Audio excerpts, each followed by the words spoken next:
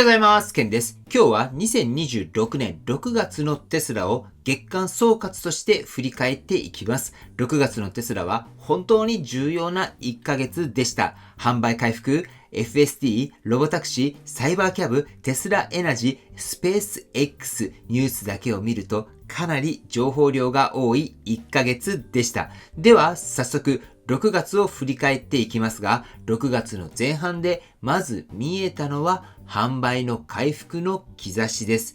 欧州では5月の販売が複数の国で大きく伸びました。フランス、デンマーク、スペイン、スウェーデン、ノルウェーなどで販売が回復しています。日本でも5月のテスラの登録台数は1996台、前年比で 182% の増でした。さらにオーストラリアではモデル Y が EV の中だけではなく全車種の中で販売1位になりました。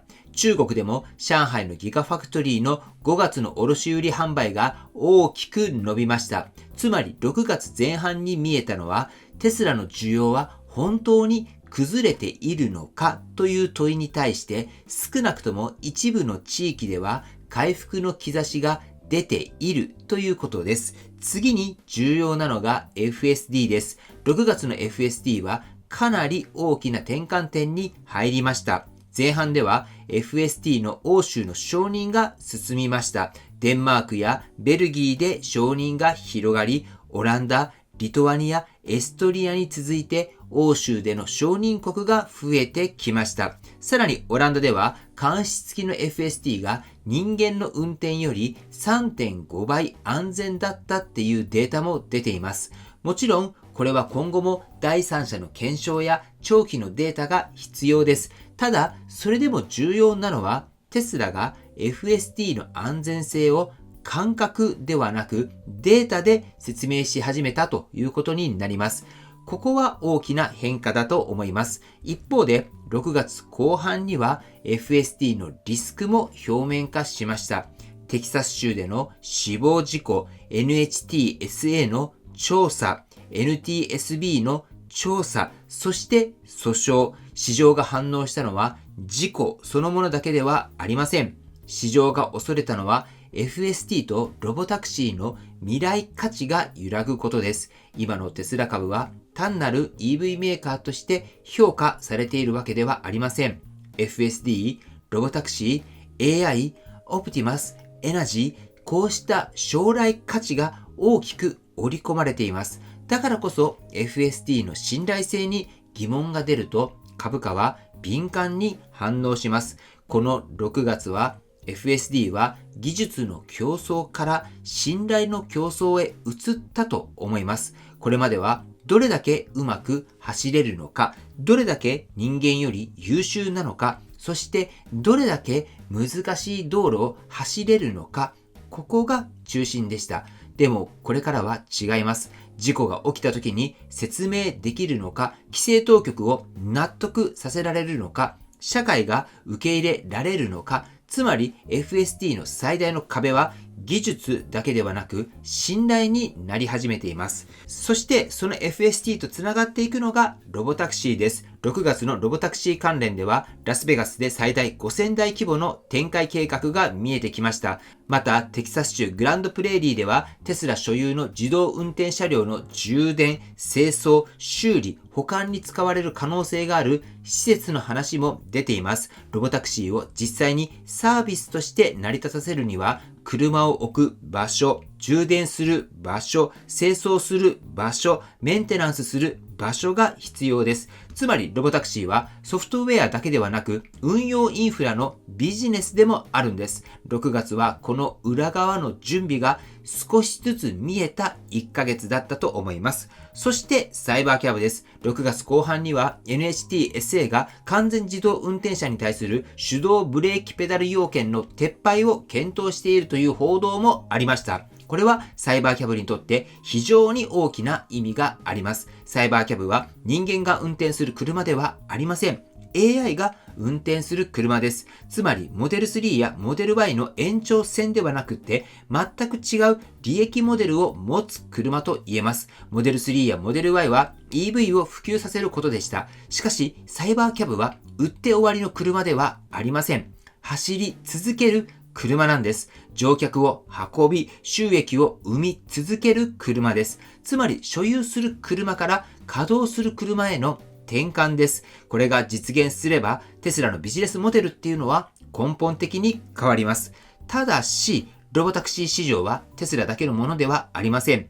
ウェイモはすでにサービスを進めています。モビルアイも2027年にアメリカでロボタクシーサービスを始める計画があります。つまりロボタクシーはいつか来る未来ではなくて、どの会社が勝つのかっていう競争に変わり始めているんです。テスラの強みはカメラベースの AI で低コストに大規模展開できる可能性です。一方でリスクっていうのは規制、安全性、実運用で遅れることです。だからこそ、ここで必要になってくるのが期待ではなく証拠なんです。そして次にテスラエナジーです。6月のテスラエナジーは個人的にはかなり重要だったと思います。欧州ではナットパワーとの25ギガワット規模のメガパックの契約、アメリカではサンダン、リニューホーム、テスラによる16ギガワット規模のバーチャル発電所構想、さらにスペース X や XAI がメガパックを大量に購入しているという話もありました。テスラのエネルギー事業が次の大きな柱になっています。さらにメガポットっていう商標も出てきました。これはまだ詳細がわからない部分でもあります。ただ AI コンピューティング、電源、冷却、ネットワークを統合するモジュール型 AI インフラへの可能性があります。もしこれが本当に AI インフラ向けの構想だとすれば、テスラは EV メーカーから AI 自体の電力インフラ企業へ広がっていくことになります。ここは6月の中でも非常に重要なテーマだったと思います。そして6月はイーロン・マスクさんの経済圏という視点でも重要でした。スペース X、スターリンク、XAI、テスラ、オプティマス、サイバーキャブ、テスラエナジー、これらは別々の会社、別々の事業に見えます。でも実際には AI、通信、ロボティクス、エネルギー、自動運転、宇宙がつながり始めているんです。スペース X の上場によってイーロン・マスクさんの経済圏への注目、これが一気に高まりました。ただし、ここは冷静に見る必要があります。スペース X が上場しても、それがそのままテスラの株主の利益になるわけではありません。テスラとスペース X は別会社です。さらに投資家にとっては、これまでイーロン・マスクさんの未来に投資するならば、テスラが一番わかりやすい選択肢でした。でも、スペース X が上場すると、テスラを買うのか、スペース X を買うのか、両方買うのかっていう選択になります。投資家の資金は無限ではありません。つまり、スペース X の上場は、イーロン・マスクさんの経済圏への注目を高める一方で、短期的にはテスラ株から資金を分散させる可能性っていうのもあります。だからこそ、これからのテスラっていうのは、イーロン・マスクさんの名前だけではなくって、テスラ単独での実行力で評価される段階に入ったと思います。では、そういったことを踏まえて、7月以降に何を見るべきなのか、僕は大きく3つあると思います。1つ目は FSD の調査と規制の行方です。FSD は技術だけではなく、信頼が問われる段階に入りました。事故、訴訟、規制当局の判断、ここをどう乗り越えるのかっていうのが重要です。二つ目は、ロボタクシーとサイバーキャブの具体的な進展です。許可、運用エリア、待ち時間、停止トラブル、安全性、収益化、ここで実績が出るかどうかです。そして3つ目はエナジーと AI インフラです。メガパック、VPP、AI データセンター、そしてメガポッド。この流れが本当にテスラの次の成長の柱になるのか、ここを見ていきたいと思います。皆さんは6月のテスラのニュースで一番重要だったのは何だと思いますか？ FSD のリスクでしょうか？ロボタクシーでしょうか？エナジー事業でしょうか？それともスペース X を含めたイーロン・マスクさんの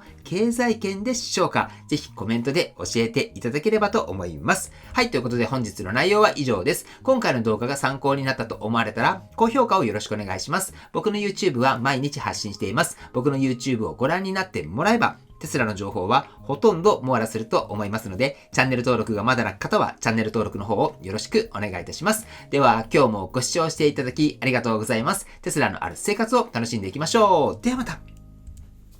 追伸です。本日は月間まとめですので、テスラの月間のアンケートの結果を見ていきたいと思います。先月の結果ですが、テスラ株は5月末は 435.57 ドルで、6月末が 418.27 ドルということで、下がるが正解となっております。では、アンケートの結果見ていきたいと思いますけれども、今回は531票いただいております。ありがとうございます。結果ですけれども、上がると答えられた方が一番多くて 64% ですが、結果は下がるですので 25% の方が正解となっております。では次にコメントしてくれた方の結果を見ていきたいと思います。コメントですが5名の方が正解です。そして連続正解ですが、先月までキャンパリーナノースさんが3ヶ月連続での正解ではありましたけれども、残念ですが3ヶ月連続でストップとなっております。このアンケートですけれども、4ヶ月連続正解された方には今社内で使えるカークリーナーをプレゼントしております。ぜひ皆さん参加されてみてください。そしてこちらのアンケートですが、趣旨として2つあります。まずは株式投資の難しさ、これを実感してもらうということです。株式投資は株価予想などいろいろとあると思いますが、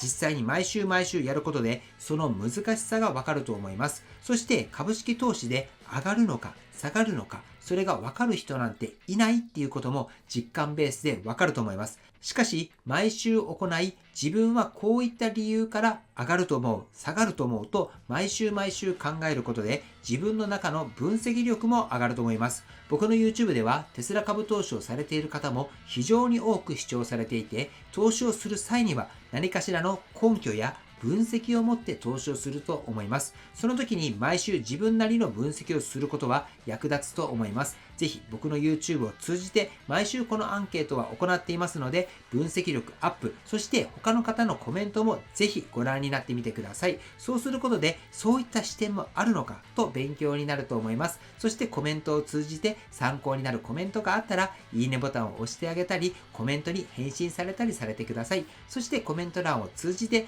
ご自身の株式投資の勉強の場として活用してもらえればと思います。ということで本日もアンケートしますので、ぜひゲーム感覚でも大丈夫ですので参加されてください。きっとご自身のレベルアップにもつながると思います。締め切りは明日までです。はい、ということで本日も最後までご視聴していただきありがとうございます。素敵な一日をお過ごしください。ではまた。